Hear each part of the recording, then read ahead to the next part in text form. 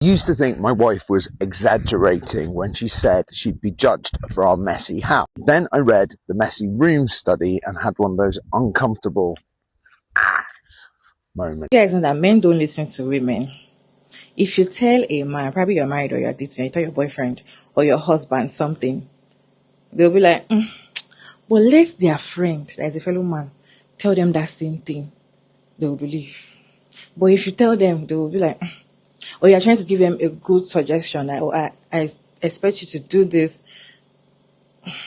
They'll be like, but let their fellow man tell them exactly the same thing you told them. They will not come back and tell you, I feel like I should do this because my friend told me. They will not even come back to tell you, I'm sorry I didn't listen to you. Let me show you this video then. Used to think my wife was exaggerating when she said she'd be judged for our messy house. I was like, honestly, everyone's too wrapped up in their own shit to care about our mess. Then I read the messy room study and had one of those uncomfortable moments. In the study, people are given photos of either a messy room or a tidy room, same room, and told that the room belongs to either Jane or John.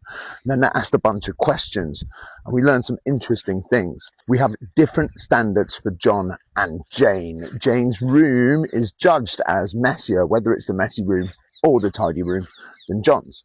Another is that John pays no social penalty for mess. So when Jane has a messy room, we attribute lots of negative characteristics to Jane.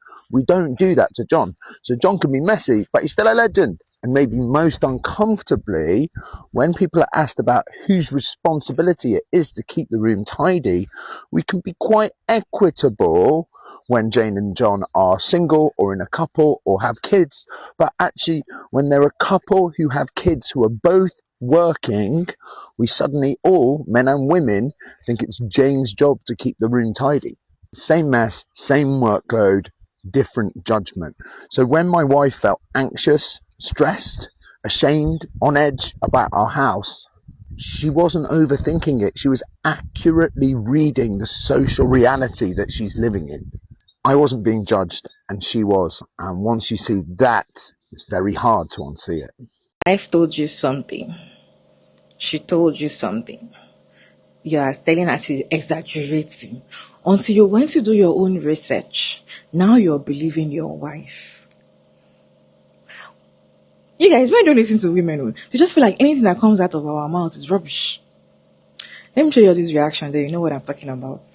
There's a conversation that's happening around men not taking what their partners or wives say at face value and needing external people to validate what their wife was telling them. An expansion of that was men who disagree with women just for the sake of the fact that they don't like to agree with women. I came across this video on my For You page the other day, and although almost all of his content is combating patriarchy, I think it's really interesting the way, even if this isn't what he believes, the way he framed this. I used to think my wife was exaggerating when she said she'd be judged for our messy house. I was like, honestly, everyone's too wrapped up in their own shit to care about our mess. Then I read the messy room study and had one of those uncomfortable The question that comes up first for me is, why wasn't your wife's word enough? Why does it take a study to believe the experience of women? Why does it have to be researched and studied what women are telling you are their lived experiences, and you have to basically have it confirmed by other men? And I think most women can agree that they've been in this situation where they've told a man something and he doesn't believe her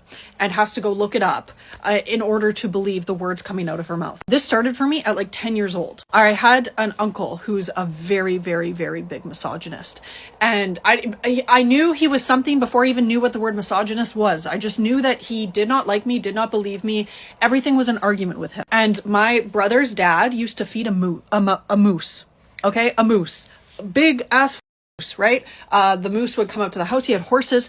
So he actually at one point got to a point where he could hand feed this moose. He had photo evidence of this happening. And so he's telling us, like my brother's dad is telling us, and my brother is telling me, and I thought it was really cool. So I go and tell my uncle we were at a ski resort. I told him, and he started arguing with me and basically calling me a liar and saying that he didn't believe me and he's going to have to verify my story. And I remember at that time sitting back, and I would have been over the age of 12, so probably just hitting puberty. And I remember just sitting back and being like, what why are we arguing about this? Why is this such a big deal? And it continued to happen throughout my life where I would state a fact and a man would have to argue with me. It happened with my brother a couple of years ago. I sold my car, and at the time, some used cars were going for more than brand new cars because there was a shortage. I told my brother that just what I said. The arguments we got into, he was arguing with me.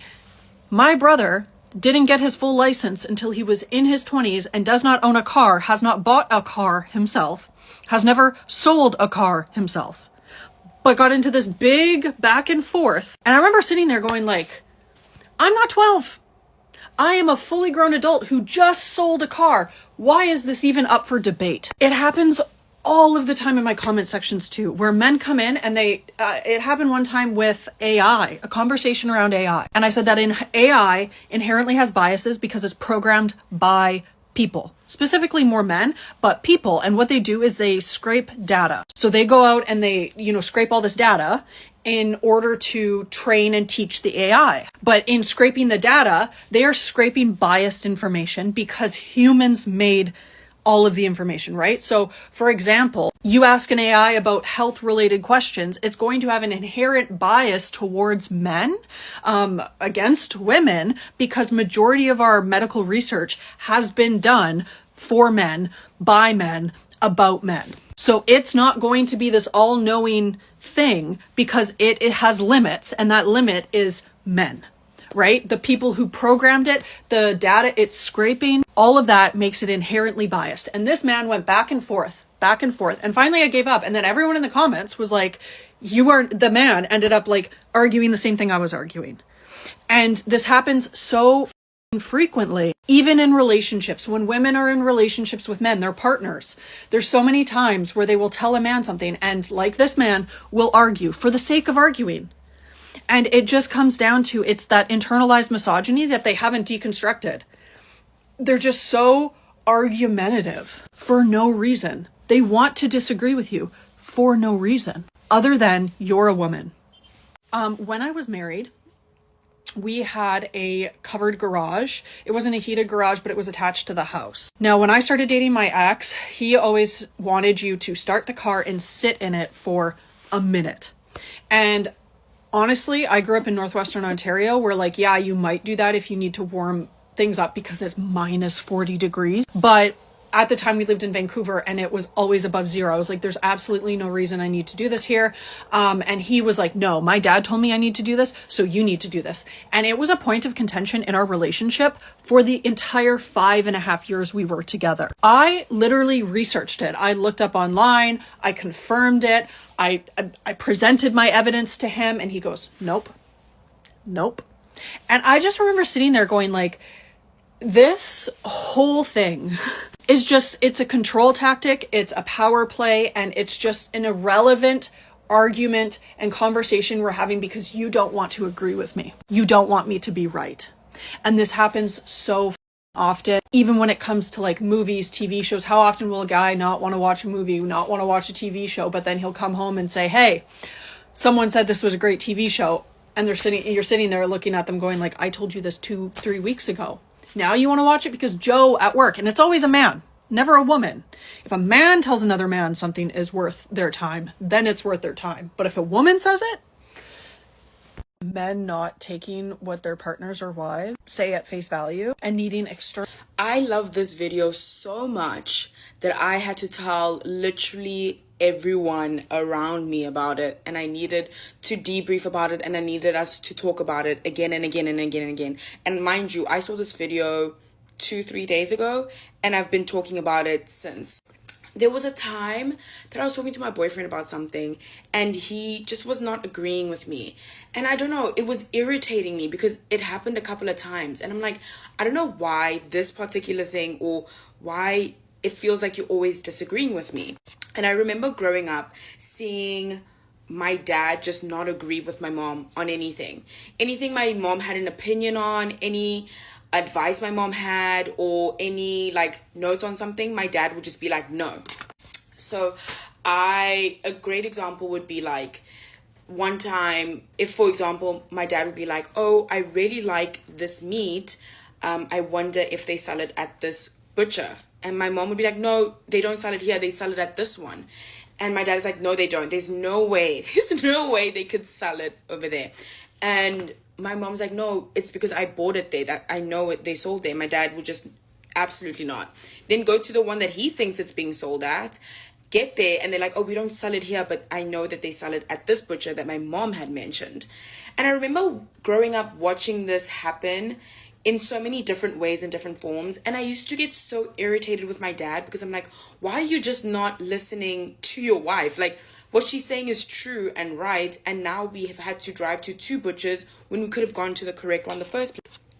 And that feeling of like, it felt like anything my mom would say, my dad would just disagree on. It would drive me insane. And I'm an external party. I'm not even a part of that agreement or disagreement. I can't imagine how it made her feel, right? And now I'm in this relationship with a man, and some things he's gotten better at it because I've mentioned it so many times. I'm like, I don't know what it is, because I would say something and it just felt like you were just disagreeing to disagree with me, and it makes me feel like stupid when I'm not. You know what I mean? I think in society, and in this woman's video, she mentions that some men have internalized misogyny that they're not even aware of. And I feel like in society, men are put in like they're always right. No matter what, they're always right. With women, you'll never hear a woman talk about something she doesn't know. You'll never hear her give advice on things she is not well educated on, or has no resources about, or has not read on it, ever. If you ask a woman something and you're like, hey, does it rain during the winter? She'll be like, oh my gosh, I've never been to that country, but like we can quickly check it up if it has. A man who probably hasn't been to the country that you're talking about will be like, yeah, it does. It does rain there. And it's like, do you know? Have you been there? Do you have any days? Like, no, it just makes sense that it rains there. And you wouldn't, and people just wouldn't question the man saying a certain thing, right? And a prime example happened yesterday. A prime example actually happened yesterday. And we wanted to go find the garbage place at this apartment that we were looking at. And the landlord didn't know where it was, so he asked someone in the lobby, and he asked the man first. He was like, hey, do you know where the garbage is? And the guy goes, yeah, it's on P1. Mind you, we've been to P1, P2, okay? We've looked for this fucking place, and it's not there. So he was like, yeah, it's on P1. And then the landlord goes, oh, where exactly on P1 is it? And he's like, oof, yeah, I don't know, right? So then we look at someone else, and it's a lady, and we're like, hey, do you know where the garbage is? And she goes, yeah, it's on the 2nd floor. And then we're like, and she was right. We went to the 2nd floor and it was there. Instead of the man just saying, I don't know where the garbage, I don't know where it is. I'm sorry, I'm not aware of it. He couldn't let himself to be like, I don't know something that you've asked me. Please ask someone else. Men have no sense of being like, I don't know. I'm sorry. I haven't read enough about this conversation, this topic. I don't know enough information about this. But speaking to women is like a breath of fresh air. It's the best thing that's ever happened to me. It's the best thing that's gonna ever happen to anyone. Because when you talking to a woman, you know it's either she knows about something or she doesn't. And she will tell you if she doesn't know about anything. You know what I mean? And this conversation is so crazy because it came in light of, we were talking with my friends the other day, and my friend was just like, no, just say this, because she's kind of like, be stern. Men never have to explain themselves when they say something. And I was like, I'm really trying, but it's hard, right? So, and two of my friends, they're in male-dominated spaces. I personally am in a female-dominated career, so we don't deal with that. We deal with passive-aggressive in my career.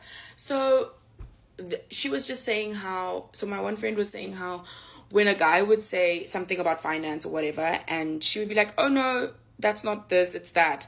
He'd be like, no, that's not true. And then he would later find out that she was actually correct. And he would never come back and say, you know what, you were correct, I'm so sorry. Because the ego is too fragile. This conversation, it pisses me, it drives me, like I'm actually getting heated talking about it. Because why the hell do men feel like they need to get external validation from another man for things to make sense and for them to be correct? Because women have never, not all, some, well, bitch, all, okay? All have never led you astray in what they're saying. It's if they don't know, they'll say, I don't know. I can't help you. I have no idea. Because I don't want to lead you astray. But a man will never say, I don't know. They'll just say, I think it's this. Do you know or don't you know? And I love this video. Everyone should go watch it. This must have happened to every woman. That's happened to me several times. Imagine you give a suggestion. I feel we should do this like this. They will not listen. No, probably if their friend, brother, so it must be a man that will say that same thing. They will not start doing it, and you wonder, like, I told you to do this thing, but you said no. My brother told me, or my friend told me I should do it this way. That's right, and that's when they will believe. Is it that they just feel like whatever comes out of our mouths is rubbish and they will never listen to whatever we say?